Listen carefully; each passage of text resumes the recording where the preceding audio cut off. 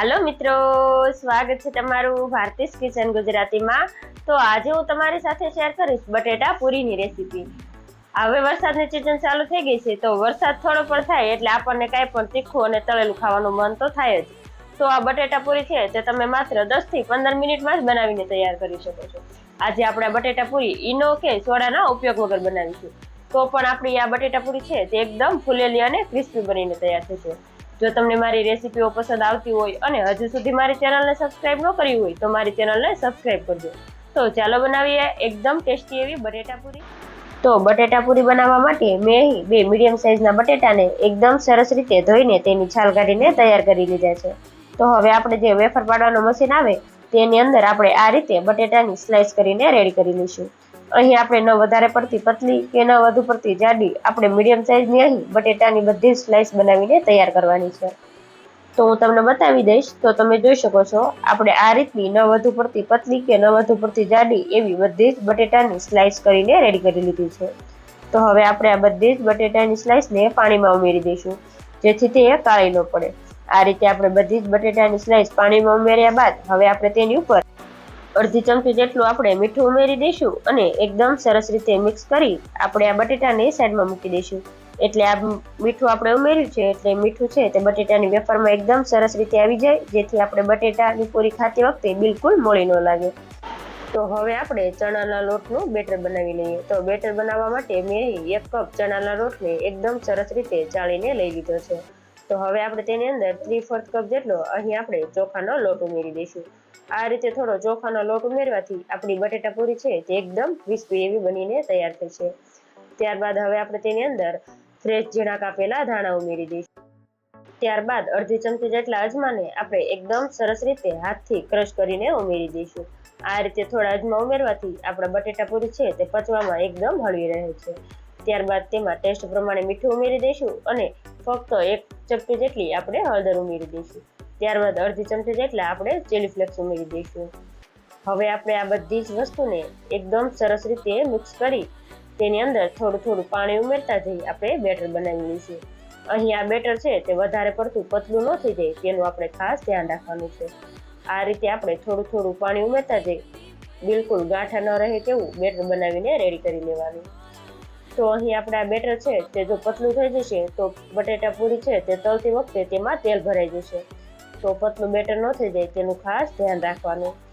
અહીં આપણે બેટર છે તે એકદમ સરસ રીતે આપણા બટેટાની સ્લાઇસ છે તેને કોટ કરી શકીએ તેવું આપણે બેટર બનાવીને તૈયાર કરવાનું છે। અહીં આપણે આ બેટરમાં સોડા કે ઈનો બેમાંથી એકય આપણે નથી ઉમેરવાનું। એટલે આપણે આ બેટરને તૈયાર થઈ જાય એટલે આપણે આ બેટરને છે તે 3 થી 4 મિનિટ સુધી આપણે એક જ ડાયરેક્શનમાં ફેટી લઈશું, જેથી તેમાં હવાના કણ ભરાશે અને આપણી બટેટા પૂરી છે તે એકદમ સરસ ફૂલેલી બનીને તૈયાર થશે। તો હવે આપણે બેટરને સાઈડમાં મૂકી દઈશું અને બનાવેલી આ બટેટાની સ્લાઇસ છે તેને આપણે આ રીતે એક કિચન નેપકિન ઉપર રાખી આપણે એકદમ સરસ રીતે બટેટાની વેફરને કોરી કરી દઈશું, જેથી આપણે આ બટેટાની સ્લાઇસને બેટરમાં ડીપ કરીએ ત્યારે તેમાંથી બિલકુલ પણ પાણી ન નીકળે। એટલે જો આપણે આ રીતે બટેટાની વેફરને કોરી નહીં કરી હોય તો આપણે જ્યારે બટેટાને બેટરમાં ડીપ કરીશું તો તેમાંથી પાણી નીકળશે અને આપણું બેટર છે તે વધારે પડતું પતલું થઈ જશે, જેથી આપણું બટેટા પૂરી છે તે બરાબર ન બને। એટલે આપણે જ્યારે બટેટા પૂરી બનાવતા હોય ત્યારે આપણે આ રીતે બટેટાની સ્લાઇસને એકદમ કોરી કરીને ત્યારબાદ જ તેને ઉપયોગમાં લેવાની। તો હવે આપણે બટેટા પૂરી બનાવવાનું શરૂ કરીએ। તો મેં અહીં અગાઉ તેલ ગરમ કરવા માટે રાખી દીધું હતું। તો આપણે એક બટેટાની સ્લાઇસને આ રીતે બેટરમાં ડીપ કરીશું અને ગરમ તેલમાં આપણે ઉમેરતા જઈશું। જ્યારે આપણે બટેટાની સ્લાઇસને આ રીતે બેટરમાં ડીપ કરીએ ત્યારે આપણે આ રીતે બટેટાની સ્લાઇસને એકદમ સહેજ પકડવાની છે, એટલે આપણે બટેટા પૂરી છે તેની ઉપર ચણાના લોટનું બેટર એકદમ સરસ રીતે કોટ થઈ શકશે। તો આપણે આ જ રીતે બધી જ બટેટા પૂરીને બેટરમાં ડીપ કરી આપણે ગરમ તેલમાં ઉમેરતા જઈશું અને અડધી મિનિટ જેટલો સમય થઈ જાય ત્યારબાદ આપણે બટેટા પૂરીને જારાની મદદથી એકદમ સરસ રીતે આપણે ફેરવી લઈશું। અહીં આપણી બટેટા પૂરી છે તો તમે જોઈ શકો છો તેની જાતે જ આ રીતે ફૂલવા લાગી છે। અહીં આપણે આ બેટર બનાવવામાં સોડા કે ઈનોનો બિલકુલ પણ ઉપયોગ નથી કર્યો, તો પણ આપણે બટેટા પૂરી એકદમ સરસ રીતે ફૂલીને ઉપર આવી ગઈ છે। તો અહીં આપણે બેટર બનાવતી વખતે જો તમે બેટરને 3 થી 4 મિનિટ સુધી એક જ ડાયરેક્શનમાં ફેટી લેશો એટલે તેમાં હવાના કણ ભરાશે અને તમારે બટેટા પૂરી પણ આ રીતે એકદમ સરસ રીતે ફૂલેલી બનીને તૈયાર થશે। અને અહીં આપણે આ બેટરમાં થોડો ચોખાનો લોટ ઉમેર્યો છે, એટલે આપણે બટેટા પૂરી છે તે ઉપરથી થોડી ક્રિસ્પી એવી લાગશે, એટલે ખાવામાં બટેટા પૂરીનો ટેસ્ટ છે તે ખૂબ જ સરસ આવશે। તો 2 થી 3 મિનિટમાં જ તમે જોઈ શકો છો આપણી બટેટા પૂરી ઉપરથી એકદમ ક્રિસ્પી અને અંદરથી એકદમ સરસ રીતે કૂક પણ થઈ ગઈ છે। તો હવે આપણે જારાની મદદથી બટેટા પૂરીને તેલમાંથી બહાર કાઢી લઈશું। તો તમે જોઈ શકો છો તેમાં બિલકુલ તેલ પણ નથી ભરાયું અને એકદમ ફૂલેલી આપણી બટેટા પૂરી બનીને રેડી થઈ ગઈ। તો તેને એક પ્લેટમાં કાઢી લઈશું અને એ જ રીતે આપણે બીજી બટેટાની સ્લાઇસને આપણે બેટરમાં ડીપ કરતા જઈશું અને ગરમ તેલમાં ઉમેરતા જઈશું અને મીડિયમ ગેસની ફ્લેમ રાખી આપણે બટેટા પૂરીને તળી લઈશું। અહીં જ્યારે આપણે બટેટા પૂરીને તેલમાં ઉમેરીએ ત્યારે આપણી ગેસની ફ્લેમ છે તે થોડી હાઈ રાખવાની છે।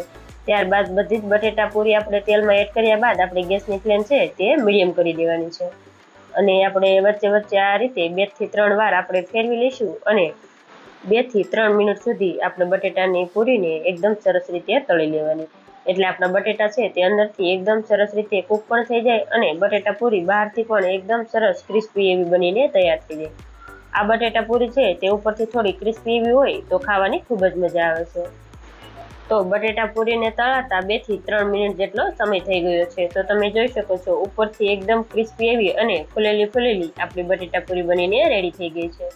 તો હવે આપણે બટેટા પૂરીને સર્વિંગ પ્લેટમાં લઈ લઈશું અને મેં અહીં આ બટેટા પૂરીને ટમેટો કેચઅપ સાથે સર્વ કરી છે, પણ તમે તેને ગ્રીન ચટણી કે ચા સાથે ખાશો તો પણ આ બટેટા પૂરી છે તે ખૂબ જ ટેસ્ટી એવી લાગશે। જો આ વરસાદમાં આવી ગરમા ગરમ એકદમ ટેસ્ટી એવી ફૂલેલી ક્રિસ્પી બટેટાની પૂરી જો મળી જાય તો ખાવાનું બીજું કાંઈ જ ના જોવે। જો તમે કોઈ દિવસ આ રીતે આ બટેટા પૂરી ન બનાવી હોય તો એકવાર જરૂરથી ટ્રાય કરજો, તમારી બટેટા પૂરી પણ એકદમ ટેસ્ટી એવી બનીને તૈયાર થશે। જો તમને મારી આજની આ રેસીપી પસંદ આવી હોય તો મારા વિડીયોને લાઈક કરજો, શેર કરજો અને મારી ચેનલ ઉપર નવા હોય તો મારી ચેનલને સબસ્ક્રાઈબ કરજો અને આવી જ નવી રેસીપીઓના વિડીયો જોવા માટે બાજુમાં આપેલા બેલ આઇકન પર ક્લિક કરજો, જેથી તમને મારી નવી આવનારી રેસીપીઓના નોટિફિકેશન સૌથી પહેલા મળે। Thanks for watching.